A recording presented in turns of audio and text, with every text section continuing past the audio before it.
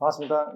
자, 이번 이제 주부터 이제 물건을 하죠. 자, 그래서 이 물건의 가장 기본적인 뼈대, 물건이 총 8문제가 나오죠. 자, 이 8문제가 단순한 암기 형태가 나오기보다는 조금 안에 있는 내용을 이해를 해야만 제대로 암기할 수 있는 그런 이제 부분들이 나오고, 그래서 뭐 계약법에서 8문제에서 채권청론의 2문제는 조금 뭐 무시해도 뭐 그 상관없지만, 물건법 8문제와 계약강론은 주어진 문항수가 많기 때문에 이거 무시하고서는 고득점이 없죠. 그래서 오늘은 물건에 관한 가장 기본적인 여러분이 앞으로 이제 내년에 시험을 치기 위해서 알아야 될 기본적인 물건에 관한 사항을 하는 것이고, 다음 주에는 이제 그 전체적인 채권에 관한 사항을 할 겁니다. 그래서 그 강의 교환으로 내준 부교재 중에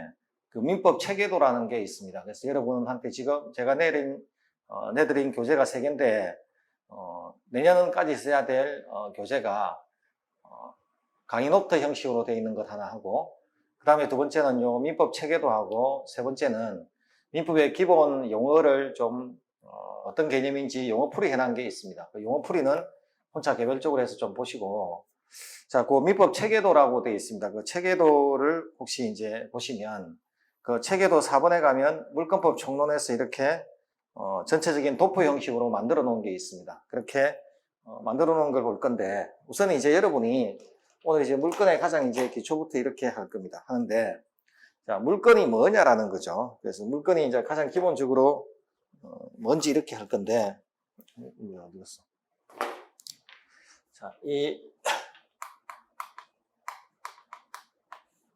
자, 우리가 첫날에 강의할 때 물건과 채권의 비교 이렇게 이야기하면서, 물건은 물건을 지배하는 권리고 채권은 특정한 사람을 지배하는 권리다 이렇게 이야기했습니다. 그럼 이제 요 물건법에는 총 8가지의 이제 물건이 있는데, 요 물건이 이렇게 크게 물건이 구성이 되어 있다는 겁니다. 크게 이제 본건과 점유권으로 나누어지고,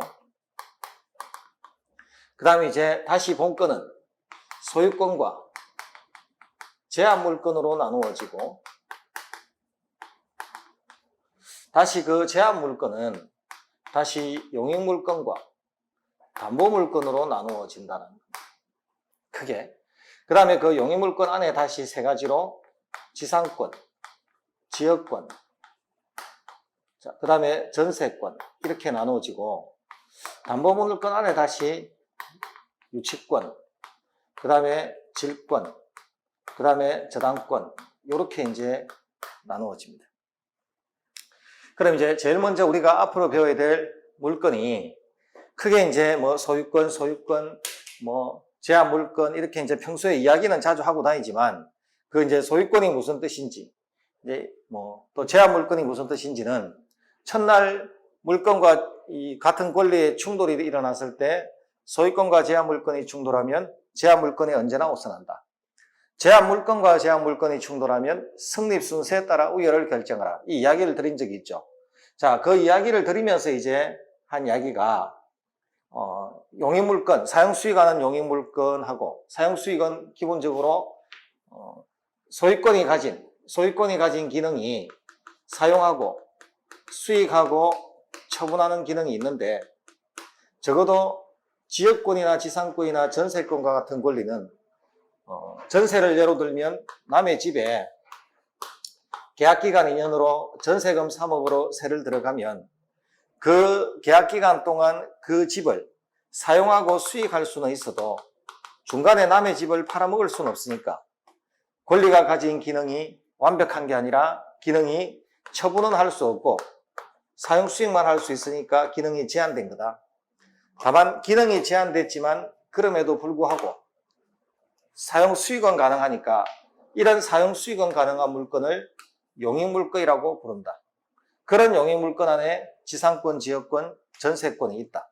자, 한편 은행에 돈을 빌려 쓰게 되면 은행에서 담보를 요구해서 주택을 담보로 저당을 잡고 이렇게 담보를 하게 되면, 자, 이 은행은 계약기간 동안, 자, 계약기간 동안 이 집을 사용 수익하지는 못해요. 자, 사용하고 수익하는 것은 집주인이 하지, 은행이 그 집에 돈 빌려줬다고, 대출해줬다고 해서 살지는 않잖아요. 대신에, 자, 집주인이 원하든 원하지 않든 주어진 날짜에 돈을 안 갚으면 경매에서 팔아서 내 돈 찾아갈 수 있는, 남의 집을 처분할 수 있는 기능은 있으니까, 이렇게 기능이 제한되어 있으니까 제한 물건이긴 한데, 처분만 가능한 제한 물건을 우리는 담보물건이다. 그런 담보물건 안에 유치권 또는 질권, 저당권 같은 게 존재한다. 이렇게 이야기를 드렸습니다. 그럼 이제 그런 권리 중에 가장 형태가 이렇게 나눠지는데, 그럼 본건이 뭔지 기본적으로 점유권이 뭔지 구체적으로 한번 나눠보자는 겁니다. 자, 예컨대 이 점유라는 개념, 소유라는 개념을 조금 더 보게 되면, 자, 이렇게 말할 수 있다는 거예요. 자, 물건을 사실상 지배하는 것을 우리는 점유다 이렇게 이야기하고, 물건을 법률상 지배하는 것을 우리는 소유다 이렇게 이야기합니다. 그럼 물어볼게요. 자, 지금 제가 쓰고 있는 이 분필은 소유자가 누구겠습니까? 이 분필의 소유자는 학원이겠죠. 제가 산 건 아니니까요. 그럼 이 분필의 소유자는 학원인데, 이 시간 동안 이 분필을 사용함으로써 이 분필을 사실상 지배하는 사람은 저죠. 그럼 저는 이 분필의 소유자는 아니지만 이 분필을 점유하고 있다. 이렇게 말한다는 거예요. 그럼 이 물건을 사실상 지배한다는 이 점유는 실제 지배할 수 있는 권한, 소유권이 있는지 없는지를 따지는 게 아니라는 거예요. 그럼 여러분이 이 수업을 듣기 위해서 앉아 있다면 여러분이 앉아 있는 의자는 여러분께 아니죠. 그런데 누군가가 한 시간 마치고 쉬는 시간에 잠시 밖에 나갔다가 돌아오니까 누가 내 자리에 앉아 있으면 내 자리니까 비키세요 라고 이야기할 거 아니에요. 그럼 그때 여러분이 내 자리니까 비키라고 할 때 이야기는 내 소유라서 그 자리에서 비키라가 아니고, 이 시간만큼은 내가 이 자리를 지배하고 있다, 점유하고 있다라는 거죠. 그래서 여러분이 그 책상의 소유자는 아니지만 그 책상을 오늘 점유하고 있다 이렇게 표현하는 거예요. 그럼 이렇게 물건을 사실상 지배하는 걸 점유라고 하고, 그에 반면에서 소유는 물건을 법률상 지배하는 것을 우리가 소유다 이렇게 이야기한다는 거예요. 그럼 우리가 물건을 법률상 지배하는 소유다 이렇게 이야기할 때는 어떤 개념이냐면, 자, 이완용 후손이 100년이나 지나서 정조 할아버지인 이완용이 가지고 있던 땅을 자기 땅이라고 하면서 소송을 했단 말이에요. 조상 땅 찾아주기 이런 거 하면서. 그때 그 땅이 어디 붙어 있는지도 모르고 실제로 가서 한 번도 땅을 밟아본 적이 없고 그 땅을 실제 사용한 적이 없으면서도 내 땅이니까 달라고 소송을 할 수 있다는 건 뭘 의미하느냐? 소유권이라는 개념은 물건을 법률상 관념상 지배하기 때문에 실제 가서 손에 움켜쥐고 발로 밟고 있어야 되는 것은 아니라는 거예요. 여러분도 만약에 그 시골의 아버지가 돌아가시고 나서 상속해준 땅이 있습니다. 예컨대 땅이 있는데 그 땅이 사실 몇 평 대도 안 하고 큰 돈도 되지 않아서 그 땅을 지금 서울에서 직장생활 한다고 바빠서 돌보지 않았으니까 내 땅을 어떻게 누가 사용하고 있는지 지금 몰라요. 심지어는 그 땅이 어디 붙어 있는지도 몰라요. 그래도 여러분은 그 땅을 법률상 내 거다, 소유자라고 할 수 있지 않습니까? 자, 이렇게 소유와 점유라는 개념은 물건을 사실상 지배하면 점유 또는 법률상 지배하면 소유 이렇게 이야기하는데, 그럼 이 사실상 지배하는 걸 우리가 점유라고 한다면, 그럼 도둑놈을 한번 생각해 보면 갑의 카메라를 어디 훔쳐가지고 카메라를 훔쳐서 들고 있다면 이 어른, 이 카메라의 소유자는 아니죠. 근데 카메라의 소유자는 아니지만 카메라를 실제로 사용하고 있잖아요. 그럼 우리는 이 도둑놈을 점유자다 이렇게 표현할 수 있지만, 다만 이 도둑놈은 카메라를 훔쳐서 들고 있으니까 정당한 점유가 아니죠. 그럼 우리는 불법 점유자다. 이렇게 표현한다는 거예요. 자, 그래서 불법 점유자도 점유자라는 거예요. 그래서 점유자는 점유할 근거가 있는지 없는지를 따지지 않는다는 거예요. 자, 그럼 우리가 여기서 이제 조금만 더 응용을 하면요. 그럼 갑이 을에게 계약기간 2년 동안 자기 주택을 전세를 주거나 또는 임대차를 해주게 되면 계약기간 2년만큼은 남의 집에서 자기 집처럼 갈 수 있겠죠. 물론 전세금이나 보전금을 냈겠죠. 자, 이때 갑의 친척이 와서 내가 알기로 이거 을의 집인데, 내가 알기로 이거 갑의 집인데 당신이 뭔데 갑의 집에서 그렇게 자고 있느냐 이렇게 물으면, 자, 당신이 누군지 모르겠지만 계약기간 2년 동안은 나 손대지 마라. 계약기간 2년 동안은 내 집이 아니라도 내가 이 집을 사실상 사용할 수 있는, 즉 사실상 지배하는 이 점유를 정당화시키는, 정당하다고 정당하게 사용하고 있다고 말할 수 있는 권리의 원천인 근원을 가지고 있다. 나는 정당한, 점유를 정당화시키는 근거가 되는 권리가 있다. 이렇게 주장할 수 있죠. 그럼 그 점유를 정당화시키는 근거를, 어떤 권리를 을이 댔겠냔 말이에요. 자, 어떤 권리입니까? 그건 전세권이나 임차권이라는 권리를 가지고 있기 때문에 나는 계약기간 2년 동안 남의 집에 살 수 있다고 말한 거겠죠. 그럼 이 전세나 임차권이라는 권리가 점유를 정당화시키는 근거가 되는 권리, 이런 권리를 우리는 앞으로 본권이다 이렇게 이야기한단 말이에요. 그럼 본권이라는 것은 점유하고 있는 게 아니고 점유를 하는 것을 정당한 근거를 짓게 하는 권리, 점유해주는 권리, 점유할 수 있게 해주는 권리, 그걸 본권이다 이렇게 이야기합니다. 그럼 만약에 아까 우리 도둑놈을 한 번 더 예로 들면, 이 카메라를 훔쳐서 들고 있는 도둑은 점유는 하고 있죠. 근데 점유는 하고 있는데 누가, 당신이 뭔데 그 카메라를 찍고 다니냐 물으면 나는 내가 카메라를 정당하게 빌렸다, 아니면 내가 소유자다, 이렇게 말할 수 있는 근거를 댈 수가 없죠. 그럼 우리가 이런 도둑놈이 점유할 때는 점유자이긴 하지만 근거가 있는 본권이 없죠. 그래서 본권 없는 점유자 이렇게 부른답니다. 그래서 우리가 이제 본권과 점유권의 개념, 점유권은 실제 지배하는 것 자체를 우리는 점유권이라고 하고, 그 점유를 정당화시켜주는 권리를 우리는 앞으로 본권이라고 한다. 그럼 그렇게 점유를 정당화시켜주는 근거가 되는 본권 중에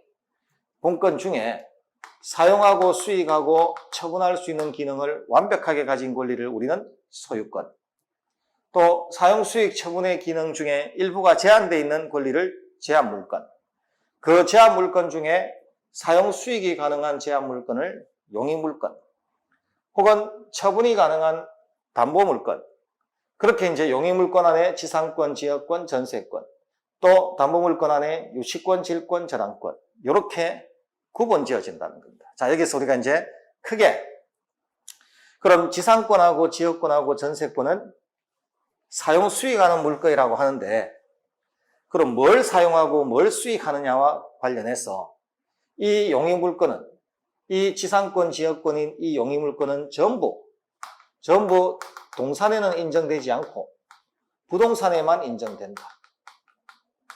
그래서 용의물건은 부동산에 인정되는데, 대한민국에서 부동산의 가장 대표가 토지하고 건물이죠. 토지하고 건물이니까, 그럼 우리가 이제 앞으로 지상권이다 이렇게 이야기할 때 이 지상권은 뭐냐? 지상권이라는 권리는 타인의 토지를 이용하는 권리다.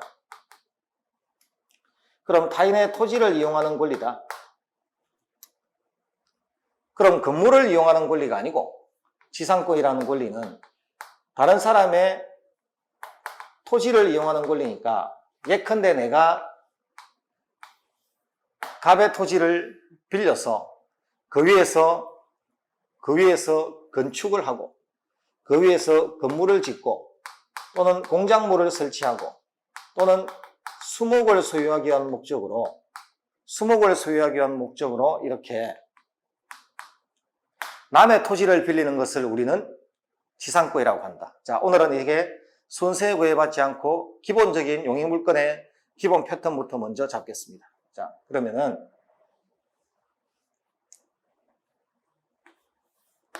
그럼 이제 이런 지상권은 타인의 토지를 이용한다고 했죠. 그럼 남의 토지를 빌리는 방법은 전세가 있을 수도 있고 임대차가 있을 수도 있고 한편 지상권이 있을 수도 있다는 거예요. 자, 그 중에 이 타인의 토지를 지상권의 형식으로 이용할 때는 이건 토지를 장기간 이용하는 게 목적이다. 남의 토지를 짧게 빌려 쓰려면 지상권으로는 안 된다는 거예요. 그래서 장기간 이용하는 게 목적이라서 그럼 장기간 이용하는 게 목적이니까 너무 짧게 빌려주는 너무 단기간 이용하는 것은 단기간 이용은 규제를 하고 있겠죠. 말리고 있겠죠. 그래서 우리는 이렇게 지상권에서는 일정 기간 이상을 초과하지 못한다. 30년, 15년, 5년 이렇게 일정 기간을 초과하지 못한다는 최단 존속 기간이 있다라는 거예요. 그럼 예컨대 내가 남의 땅을 빌려서 그 위에 철근 콘크리트와 같은 견고한 건물을 짓고자 할 때는 최하 30년은 빌렸어야 된다.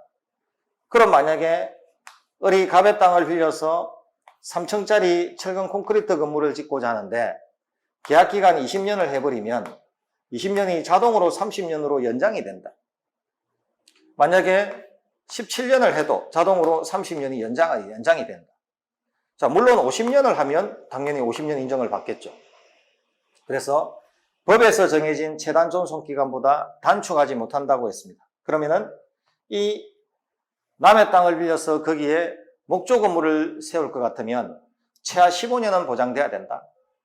그게 공작물 설치하는 우리 뭐 예를 들어서 그 컨테이너 박스 같은 거 가지고 뭘 한다든지 뭐 설치할 때는 최하 5년은 빌렸어야 된다.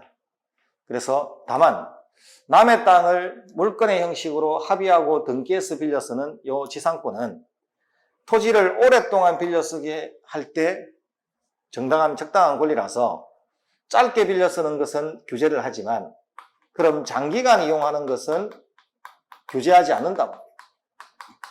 목적에 부합하니까. 그래서 그럼 끝끝내 50년 빌려줄 수 있느냐? 예. 그럼 100년 빌려줄 수 있느냐? 예. 그럼 300년 빌려줄 수 있느냐? 예. 그러면은 영원히 빌려줄 수 있느냐? 예. 영구무한으로도 가능하다. 그럼 지상권은 타인의 토지를 빌려주는 거지만 그 기간을 영원히 빌려주는 것도 가능하다. 그럼 여러분이 이제 이런 생각을 해야 되죠. 아니 세상에 어떤 사람이 자기 땅을 남한테 영원히 빌려주느냐? 그런 사람이 있느냐? 그럼 어떤 경우에 우리는 땅을 남한테 영원히 빌려주는 경우가 있느냐를 보니까 예컨대 국가의 지하철 지나가라고 지하철 설치할 때 자기 땅의 지하 부분을 빌려주거나 또는 광고탑 설치하는데 하거나 또는 이 전선 그래서 이제 뭐 탑 그래서 22,000V 고압전선 지나가는데 그 빌려주거나 이런 걸 한번 생각해 보면 영원히 빌려준다는 개념도 존재할 수 있겠구나 라는 생각을 할 수 있죠. 그런데 이 지하철이나 광고탑이나 이제 전선을 보면 그럼 이런 경우에는 내가 토지는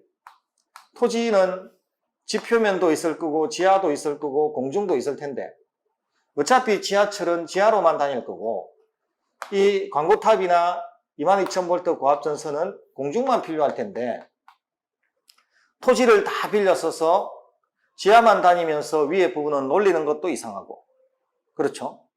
그래서 그럼 이렇게 영구무한이 이런 게 가능하다면 토지의 특정한 부분만 빌려주면 그럼 지하철 공사는 지하만 다니면서 사용료를 토지 소유자한테 작게 줘서 좋고 토지 소유자는 그 위에 토지는 계속 자기가 이용해서 좋고 그래서 이렇게 부분만 빌려주는 구분지상권이라는 개념이 대한민국에 가능하다라는 거예요. 근데 조금 조심할 거는 물론 여기는 이렇게까지 넓히 하는 것은 기초반에서 보고 있지만 여러분 이건 기초가 아니라고 생각하셔야 돼요. 그럼 이 구분지상권의 개념을 가만히 생각을 해보면 이제 이런 느낌이 가능할 수 있죠. 그럼 내가 나무를 심기 위해서 원목 같은 거 하기 위해서 남의 땅을 빌리면, 나무라는 것은 한 번 심으면 밑으로도 자라고 위로도 자랄 수밖에 없죠. 그럼 이거는 토지의 특정한 부분을 빌리는 게 아니라 토지의 전체를 이용할 수밖에 없지 않습니까? 그래서 수목을 소유하기 위한 목적으로, 남의 땅을 빌릴 때는 지상권이 적당한 것이지, 수목 소유 목적으로는 구분 지상권은 안 된다는 거예요. 왜? 특정한 부분만 쓰는 게 아니라 전체를 사용하는 거니까. 자, 그래서 이제 크게 여러분이 이렇게 한번 따라오자는 거예요. 자, 사용수익 처분한 기능 중에 사용수익이 가능한 물건을 용의물건이라고 한다. 자, 이러한 용의물건에는 타인의 토지를 이용하는, 건물이 아닌 타인의 토지를 빌려 쓰는 지상권이라는 개념이 있는데, 이런 지상권이라는 개념은 토지를 장기간 이용하기 위해서 남의 땅을 빌릴 때 이용하는 권리다. 그럼 장기간 이용하는 게 이 권리의 목적이라면 너무 짧게 빌려주는 것은 국가에서 규제를 해야 되지 않겠나? 그럼 정말로 국가에서 규제를 하고 있는가? 가보니까 30년, 15년, 5년 법에서 정해진 최단 존속기간보다 단축하지 못한다. 일정 기간 아래로 너무 짧게 빌려주는 것은 법이 말리고 있더라. 그걸 봤단 말이. 그럼 거꾸로 오래 빌려 쓰는 게 목적이라면 너무 오랫동안 오래 빌려 쓰는 것은 말릴 필요가 없이 이거는 장려하고 권장해야 되지 않겠나? 그럼 경우에 따라 50년, 100년, 300년도 빌려줄 수 있다면 그럼 영원히 빌려주는 것도 가능한 거야 라는 게 한번 생각해 볼 수 있고, 결론이 영원히 빌려줄 수도 있더라. 그럼 영원히 빌려줄 수 있다면 어떤 게 그럼 토지를 남한테 영원히 빌려주고 영원히 빌려 쓰는 개념인가 보니까, 서울의 지하철공사가 다니는 땅이 전부 지하철공사가 그 땅을 소유자로서 가지고 있는 것은 아닐 거다라는 겁니다. 그럼 틀림없이 일정 부분은 빌려 들고 있는 거니까 1, 20년 사용하려고 빌리지는 않을 거 아니에요. 그래서 이런 걸 보니까 지하철이나 산 위를 통과하는 22,000V 고압전선이나 광고탑 설치나 이런 걸 보니까 영원히 그 땅의 일부분을 빌려 쓴다는 개념도 광케이블이나 이런 거 보면 가능할 수 있겠다. 자, 그래서 그럼 그렇게 지하철이나 광고탑이나 이런 걸 보면 토지 전체를 이용할 필요가 없고 어떤 부분만 쓰면 되는 거니까, 그럼 우리가 불필요하게 토지를 다 빌려 씀으로써 사용도 하지 않는 토지를 사용료 많이 주고 빌려 쓰면 땅 주인도 손해, 빌려 쓰는 사람도 손해니까 특정한 부분만 빌려 쓰는 것도 가능하겠다. 그걸 앞으로 우리는 구분지상권이라고 한다. 근데 이런 구분지상권을 가만히 생각하다 보니까 수목을 소유하기 위한 목적으로 땅을 빌릴 때는 수목은 아래 위로 자라니까 특정한 부분만 쓰는 게 아니라 전체를 사용할 수밖에 없는 거니까 나무 심기 위해서 남의 땅을 빌릴 때는 지상권이 적당한 권리지 구분지상권은 적당한 권리가 아니더라. 자, 요렇게 지상권의 개념을 머릿속에 잡아놓으시는. 이렇게 이제 잡아놓고, 그럼 이게 이제 실제 시험에 이렇게 나온다고. 자, 지상권에는 최단 존속기간이 없다. X. 있습니다. 30년, 15년, 5번. 자, 지상권에서는 영구무한의 지상권이 가능하다. 지상권의 존속기간은 영구무한으로 설정할 수 있다. O. 가능합니다. 토지의 특정한 부분만 빌려 쓰는 구분지상권은 수목 소유 목적으로는 할 수 없다. O. 예, 이렇게 시험에 나온다는 거예요. 자, 요게 이제 중개사에는 조금 더 깊게 나오지만 오히려 주택관리사에는 이런 정도가 훨씬 더 적당한 문제이기도 합니다. 그래서 자, 오늘은 기본적인 개념 설명하면서 보는 거니까 지상권이 저런 개념이구나. 지상권은 그럼 어떤 권리지? 요 정도를 생각하시는 겁니다. 자, 이제 두 번째 지역권이라는 개념. 자, 이 지역권이라는 개념은 똑같이 타인의 토지를 이용하는 권리입니다.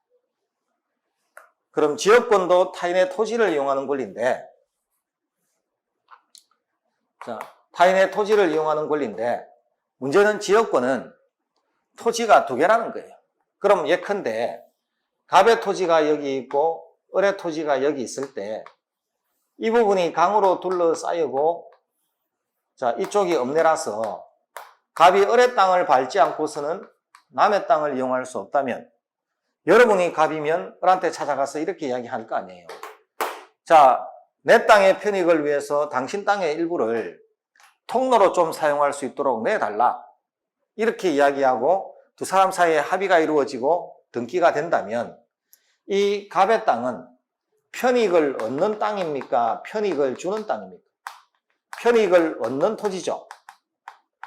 그 다음에 이 을의 땅은 편익을 주는 토지죠. 그래서 우리가 편익을 얻는 땅을 다시 말하면 갑이 을한테 가서 내가 내 땅의 편익을 위해서 당신 땅이 통로라는 부담을 좀 질 것을 요구하는 땅이니까 부담이라는 한자가 여기에요. 그래서 우리가 조선시대에 중고등학교 때 국사를 배울 때 부역, 군역 이런 말 쓰잖아요. 그래서 뭐 군대 가야 되는 부담, 세금 내야 되는 부담. 그래서 역자가 부담이라는 뜻인데 그럼 부담을 질 것을 요구하는 땅이니까 요역지. 그럼 이 을의 땅은 부담을 질 것을 승낙한 땅이니까 승역지. 그럼 편익을 얻는 토지를 요역지, 편익을 주는 토지를 승역지. 그럼 이렇게 지역권은 뭐냐?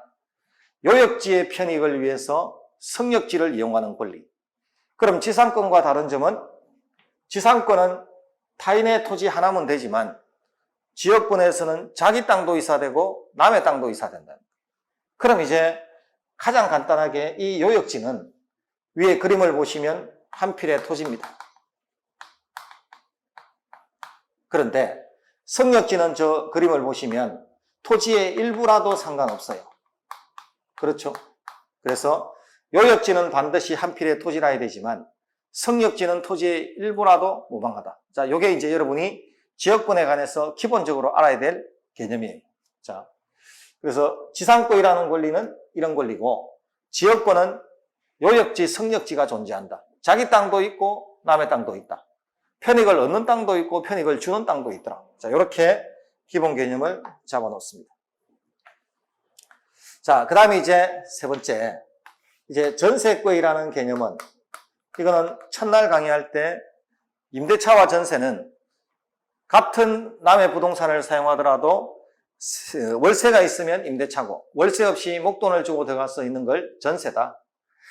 그럼 다만 이 전세가 등기가 되어 있으면 우리는 전세권, 물건이고 등기 안 된 전세를 미등기 전세, 채권적 전세라고 한다. 첫날 강의를 했습니다. 그거 다시 한 번 더 그 부분만 살짝 앞부분 첫날 첫 시간 강의를 잠시 보고 또 올리시고 안 되면 또 봐야 되거든요. 그럼 전세권은 타인의 부동산을 이용하는 권리입니다. 그래서 이 세 가지는 전부 부동산을 이용하는 권리지만 지상권하고 지역권은 토지를 이용하는 권리고 전세권은 부동산을 이용하는 권리니까 여기에는 토지도 있을 수 있고 건물도 있을 수 있다는 거예요. 그럼 이 전세권에서는 기본적으로 월세, 차임이라는 게 없어요. 차임이 존재하면 우리는 임대차가 되겠죠. 대신에 목돈 주고 들어가는 전세금이 있다는 거예요. 이 전세금이 성립 요소고 그럼 이 전세는 이제 어떤 특징을 가진 권리냐면 전세는 타인의 부동산을 단기간 이용하는 게 좀 짧게 빌려 쓰는 게 목적입니다. 그래서 남의 토지를 길게 빌렸을 때는 지상권 이용해야 되고 타인의 토지를 짧게 빌렸을 때는 전세권을 이용한다는 거예요. 그럼 단기간 이용하는 게 목적이니까 그럼 너무 오래 빌려 쓰는 데 대해서는 규제를 할 필요성이 있는 거죠. 그래서 우리 법에 10년을 초과하지 못한다. 이렇게 적혀 있단 말이에요. 그럼 갱신할 수 있지만 갱신은 가능하지만 갱신하더라도 다시 10년을 초과하지 못한다. 이렇게 돼 있다. 그럼 적어도 갑이 을에게 집을 세를 주면서 15년 전세, 이거 있을 수 없다는 거예요. 그럼 15년 전세하면 자동으로 10년으로 내려간다는 거예요. 10년을 초과하지 말라고 했으니까. 그럼 아까 지상권은 100년도 되고 300년도 되고 심지어 영원히 빌려주는 것도 됐는데 전세는 아무리 길어봤자 10년이니까 너무 오래 빌려 쓰는 건 말리는 권리구나. 짧게 빌려 쓰는 권리다. 그럼 단기간 이용하는 너무 짧게 빌려 쓰는 것은 규제할 필요가 없다는 소리죠. 그렇죠? 그런데 실제로 우리 법은 토지 전세와 건물 전세가 있을 때 토지에 대해서는 규제가 없어서 예를 들어서 3개월짜리 토지 전세도 가능한데 건물에 대해서는 규제가 있어서 최하 1년이 보장받는다. 그래서 이런 게 이제 시험에 나올 때, 자, 여러분, 전세는 타인의 부동산을 이용하는 권리지만 토지 전세는 최단기간에 대해서, 단기간에 대해서 규제가 있다 없다. 최단기간에 대해서 규제가 없다. 3개월짜리 토지 전세, 6개월짜리 토지 전세, 8개월짜리 토지 전세도 가능하지만 건물에 대해서는 최하 1년이 보장받으니까 건물에서는 6개월 전세 들어가면 자동으로 1년이 돼서 6개월 더 살다 갈 수 있다는 거예요. 자, 이렇게 최하 1년이 보장된다. 그래서 뭐 최하 2년 보장된다 이런 여러분이 상식으로 알고 있는 것은 그거는 이제 임대차로 들어가서 주택임대차 보호법이 적용돼서 전입신고하고 살면 계약기간 6개월 해도 2년까지 살 수 있고 그거는 전세가 아니고 전입신고한 임대차가 됐을 때 그렇다는 겁니다. 등기한 전세권은 건물의 전세의 경우에는 최하 1년만 보장된다. 그럼 이제 크게 사용수익하는 물건이 용익물건이다. 그런 용익물건 안에 지상권, 지역권, 전세권이 있고 이 세 가지 권리의 특징은 다 부동산에 되지만 대한민국은 토지와 건물을 별개의 부동산으로 취급하는 나라라서 그럼 부동산인데 토지, 건물이 다 되느냐? 지상권, 지역권은 토지만 되는 거고 전세권은 토지, 건물이 다 된다. 다만 이런 특징이 있다. 어떤 것은 장기간 이용하는 게 목적인 권리, 어떤 것은 단기간 이용하는 게 목적인 권리. 이렇게 구별되고 차이가 나는 점이 좀 있다. 자, 이렇게 비교를 해두랍니다. 자, 이제 그 물건, 제한 물건 중에 이제 처분만 가능한 물건을 우리가 담보물건이라고 했죠. 그럼 이제 그런 담보물건에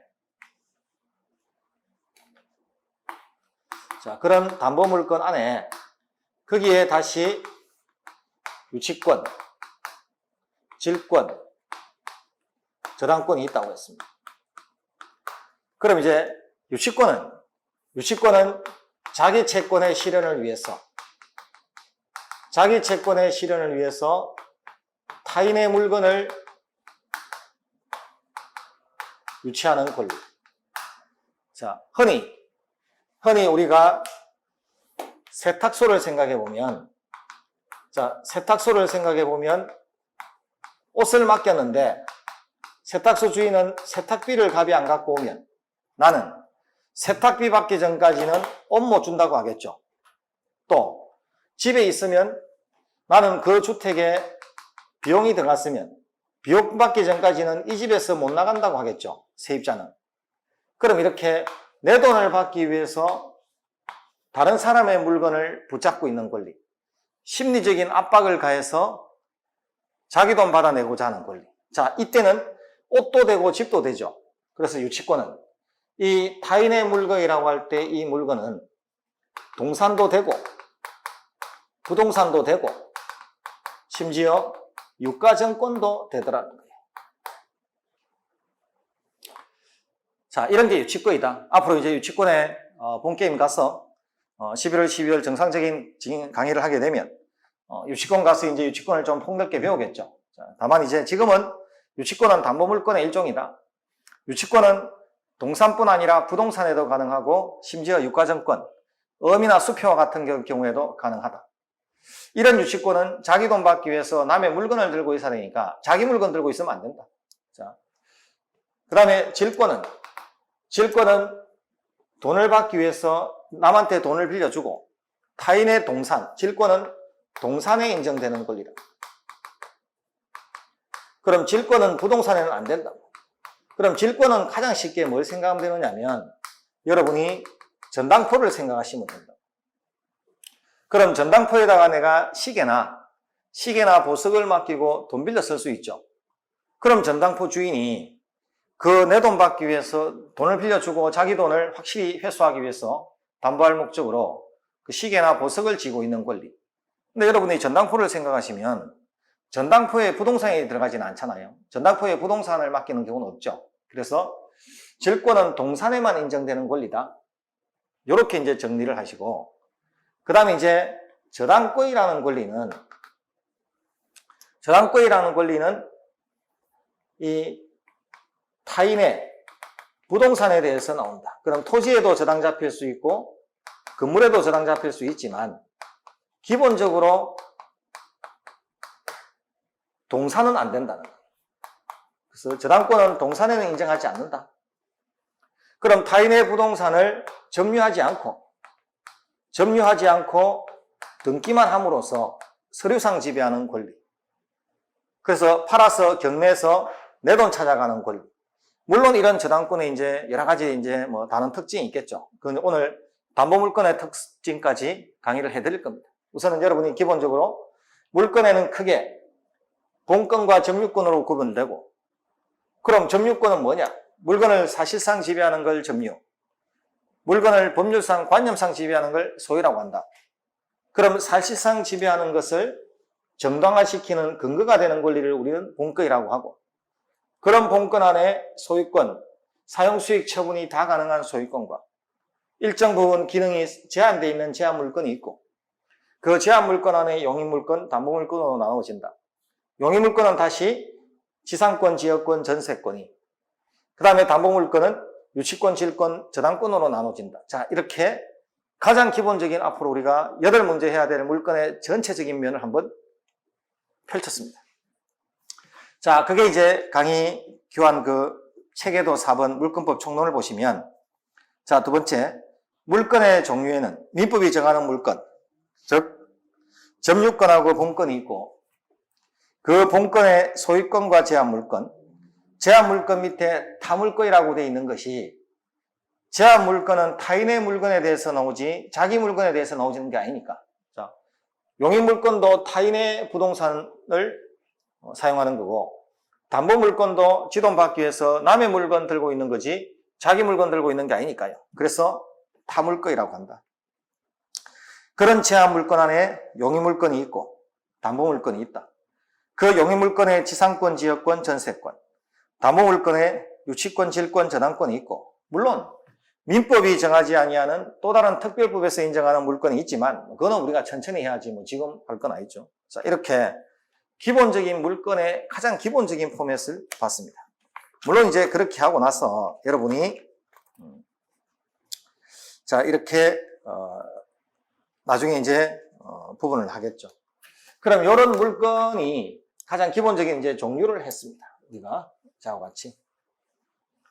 그럼 이런 물건이 나중에 이제 권리의 객체하고 엮여서 가장 중요한 이야기로서 이런 걸 하게 될 겁니다.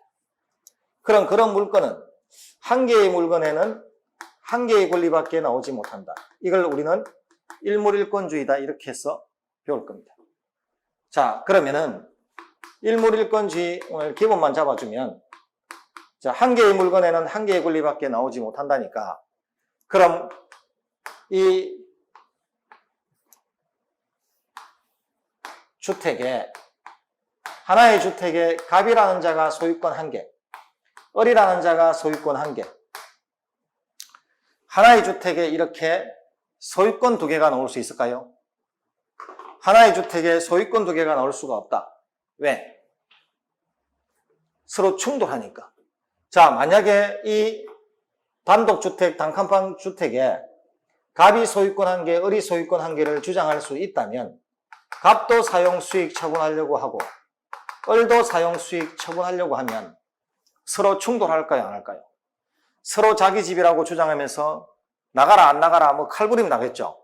그래서 자, 갑과 을이 둘 다 남자라면 이 남자 둘이서 서로 자기 집이라고 주장하면 실제로 칼부림이 납니다. 서로 사이가 좋아질 수도 있죠. 그거는 사회 문제가 되겠죠. 동성 간의 사이가 좋아지면. 자, 그래서 이런 한 개의 물건에 서로 충돌하는 권리는 서로 충돌 가능하면, 다른 말로 충돌 가능성이 있다를 양립 불가능하다. 서로 함께 서 있을 수 없다. 이렇게 이야기하고,